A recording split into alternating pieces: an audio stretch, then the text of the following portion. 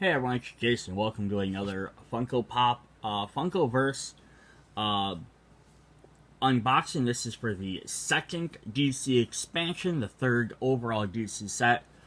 First one having Batman, Batgirl, Harley Quinn, and Joker. Second one having a set of Robin and Catwoman. And this one now adds Wonder Woman and Cheetah.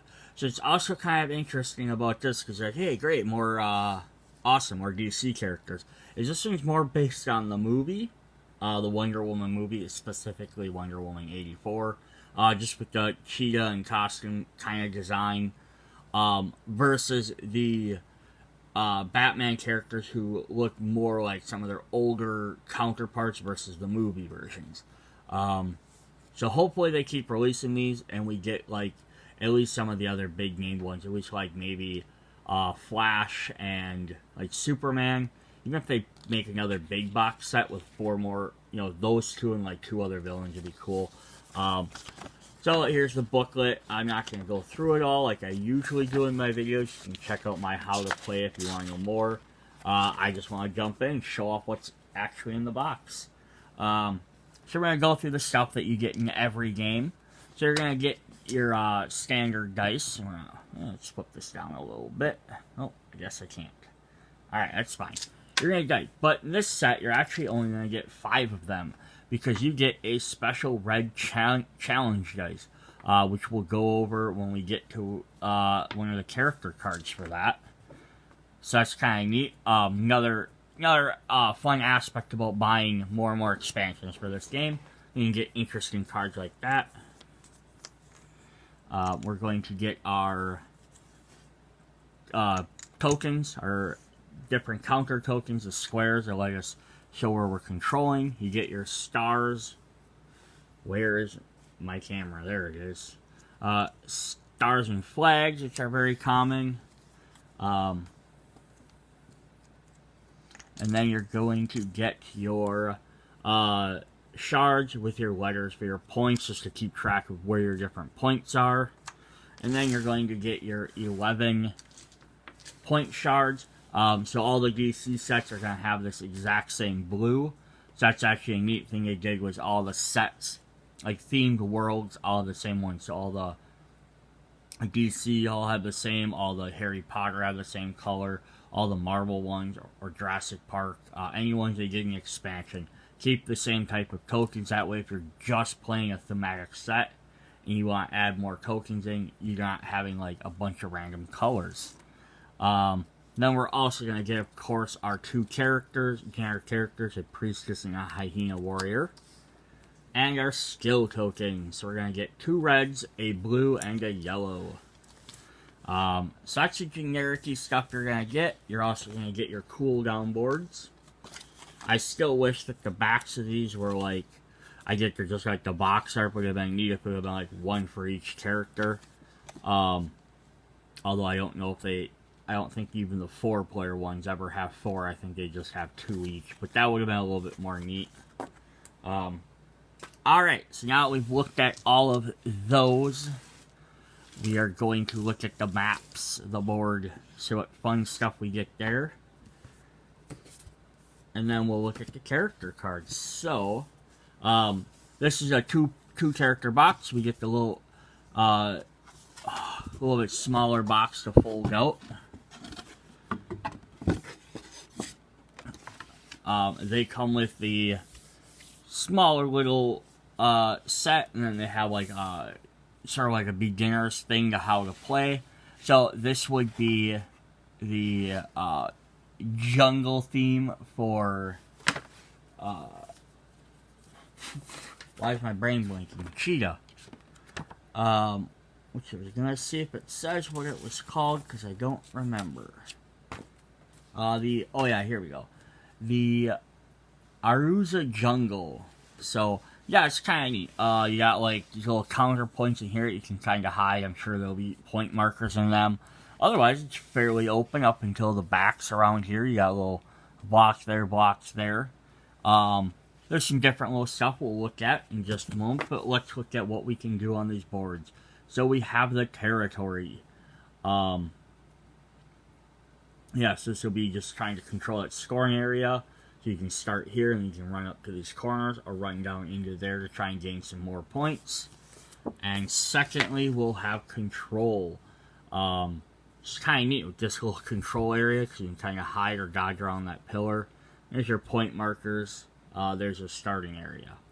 And then you try and get up there, stay in there to control that area. Alright. Then let's take a little bit better look at this board and what is on here. So we'll start with the bottom. So down here at the shore,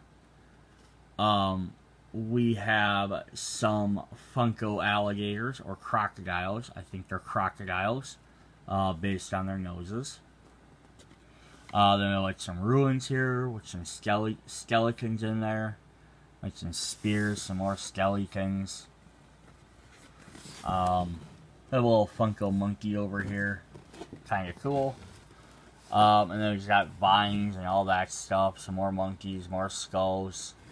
And then if we flip her over, we're going to get to the throne side. So there's kind of little stairs that go up in like this jungle throne. There's some potions. There's a little warthog over there. Maybe that's Pumbaa hanging out. Yeah, I mean, there's other details in here. There's like a little dagger. I don't know if there's anything extra specific towards Cheetah that I don't know about. I don't know a lot about Cheetah. Yeah, I don't see any other really fantastic details. I mean, there's plenty of detail on there, but nothing like to shout out about. Alright, so then what we're going to look at is Fema Scara. So this is Wonder Woman's side of the map. So Fema Scara would be, yeah, like their battle or training ground. So this actually is a little bit more, it looks more open because it's a bigger map, but it does have like the little borders kind of sectioning off the side with objects in between. You gotta kind of mess around. Then the two different boxes on there.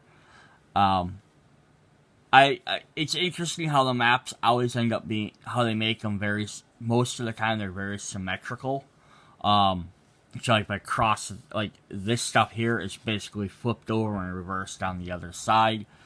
Even the other map, it was like half and half, like there wasn't, and I get it, because I have one player's on one side, one's on the other, they can't say, oh, I got a disadvantage because of this, but I do wish they'd make them a little bit more varied in that, even in that respect, because I think it would be more interesting to have asymmetrical side boards, because then you can be like, oh, okay, I won on that side, well, you had an advantage because of that, so then you play another game and flip it around, you know. Alright, so we're going to get leaders. You secretly pick your leaders, put them in those spots. And you get to your starting area, and basically you get more points the higher level you do. Like, leaders taking out leaders are worth the most points, and then it just goes down from there. So if you take out a rival, it's worth less. If rivals take out leaders, it's worth more points, and so on and so forth. So it's kind of focusing on either protecting your leader or taking out another leader. Then they always have your points to do. The other one is flags. Again, these are all the very common ones. Start there, play capture the flag. Run over, get their flag, come back, but then you can try and sneak over to these areas and get some points while you're at it. Yeah, nothing extra special for this board for that. But let's take a look at some of the details on this board. And again, I don't know a ton about Wonder Woman, so there might be little details I just don't know about. But you got like one of the traditional-ish kind of like white gowns they might wear. Just like in a little hut there. This is more of like a tranquility garden. So there's some Funko statues there which are kind of neat. Some interesting details.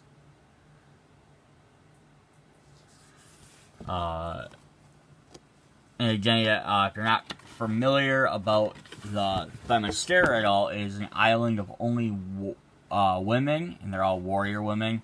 Kind of Greek Olympus based, but not necessarily. So then on this side we have another little palace they're kind of in. There's a green cloak down there that I'm sure has some relevance. Probably something she wore at one point. We got a little food market, kind of neat. And then, of course, we're going to have a battle area because they're all warriors. But not a ton of extra little details on here that I saw at least. But still definitely fun. And then let's look at our character cards.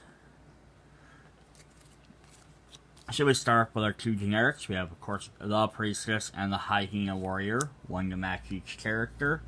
And we're going to look at Wonder Woman first. So here's our Wonder Woman model. She's very shiny. But yeah, movies more inspired by the movies than maybe her traditional comic book outfit. Nothing wrong with that. Like I said, I have Batman's not like all in black, he's a gray and blue one. So it's kind of just, different. Plus they're mixing with like Harry Potter and, Jack Skellington and stuff, so it's like everyone's look is gonna vary. So she has, I'm gonna go through the champion ability first. We're gonna go from the bottom to the top. So she has her champion Fema Scara. When Wonder Woman or an adjacent ally would roll a die, you may add the champion die to their roll. If you do, place the champion die on the number 2 of your cooldown track. So she can substitute in her special red die, but then it goes on her cooldown track for 2, so she won't get to use it for another 2. So what's great about this is it has 4 sides that are defense and 2 sides that are exclamation points, versus a regular die that has 3 sides that are clashes, 2 defense and 1 exclamation point.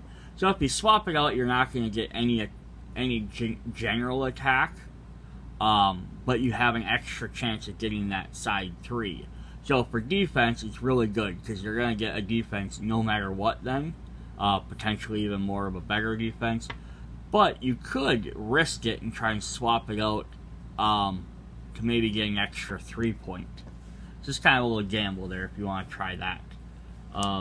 She has Fight for Justice. Move 2, Challenge 1. Increase this challenge number equal to the target's defense. Well, that's kind of neat. So it starts off at 1, but then most of the time it will jump up to 3. Because most characters have 3 defense. But it's also like she's not going to pick on a weaker character. Divine Resolve. Stand Wonder Woman up. Push all adjacent rivals 1 square away. Wonder Woman can do this while knocked down. So that could definitely be helpful. And Inspire Courage. Move 2. You may do an assist action. Shift the champion die off your cooldown track. That's neat too. She has a lot of movement abilities, a lot of defensive stuff, which sort of makes sense for her, as she comes from a warrior race, but they're all about protecting and peace. So kind of like, yeah, she fights because she has to, or she needs to defend or protect people, but she's generally not like, hey, I'm gonna go, let's go fight, let's go beat this guy, is sort of the feel I'm getting from that. So the other thing Wonder Woman gets is what would Wonder Woman be without her golden lasso? So you can give her that, and let's look at what that's gonna do for you.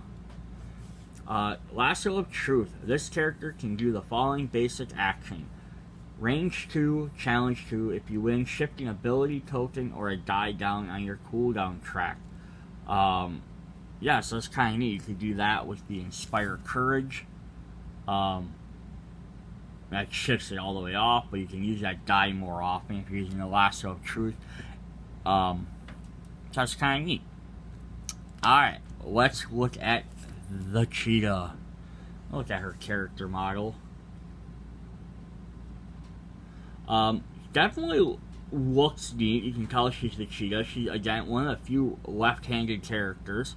My only, I guess, a little bit issue with this is I know these are plastic figures, but she looked extra plasticky to me. I don't know, maybe it's because other characters have, like, textured hair, or maybe, like, a textured clothes and stuff, and she's just smooth everywhere. I'm not just like Wonder Woman. She has, like, the texture on her hair, or because she has different items of clothing on. It just kind of like helps her stand out a bit. Alright, what can Cheetah do for us? Savage, or her predatory senses. We'll go at the bottom again. When standing, if a rival does an interact action with a point marker or stands up, Cheetah may move 1 square. Ooh, so that's kind of neat. She senses him doing stuff, she can move towards them or possibly move away. Savage Hunger. Choose a rival within 2 squares of the Cheetah that can see and place her adjacent to them. Do a challenge 2. Ooh, so you can just quickly move forward and attack them. Ferocious Slash. Challenge 1 plus the highest number where a point marker is on their cooldown tracker. Ooh, so like we're, it makes sense, she's going to be all about attacking. So if they play a high cost ability, she can jump in and gain an extra 2 or 3 easily on them. And Quick Swipe. Do an interact action with a point marker, move 2. Kind of like a thieving ability. So it's kind of neat. Alright. And that's what we got there. And drop my book. Alright, so that's what we have for our Funkoverse Set 3, which is based off